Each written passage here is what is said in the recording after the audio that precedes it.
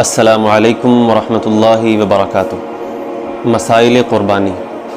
قربانی واجب ہونے کی شرائط کا بیان۔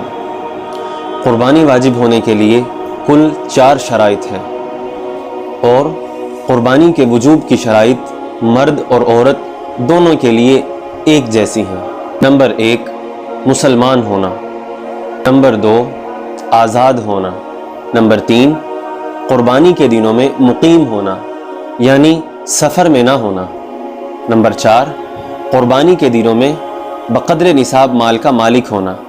بقدر نصاب مال کا مالک ہونے کا مطلب یہ ہے کہ قربانی کے دنوں میں آدمی کی ملکیت کے اندر اس قدر مال موجود ہو کہ اس مال کی قیمت کم از کم 52.5 تولہ چاندی کی قیمت کو پہنچتی ہو۔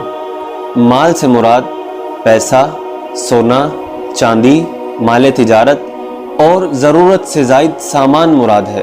لیکن اس بات کو یاد رکھیے گا کہ قربانی اور صدقۃ الفطر کے واجب ہونے کے لیے ملکیت میں موجود مال پر سال کا گزرنا شرط نہیں ہے، جیسا کہ زکوٰۃ کے معاملہ میں ہے کہ زکوٰۃ کے لیے یہ لازم اور واجب ہے کہ جو مال آپ کی ملکیت میں موجود ہے اور وہ نصاب کو پہنچ رہا ہے تو اس مال پر حولان حول یعنی 1 سال کا گزرنا ضروری ہے، تب جا کر زکوٰۃ واجب ہوگی۔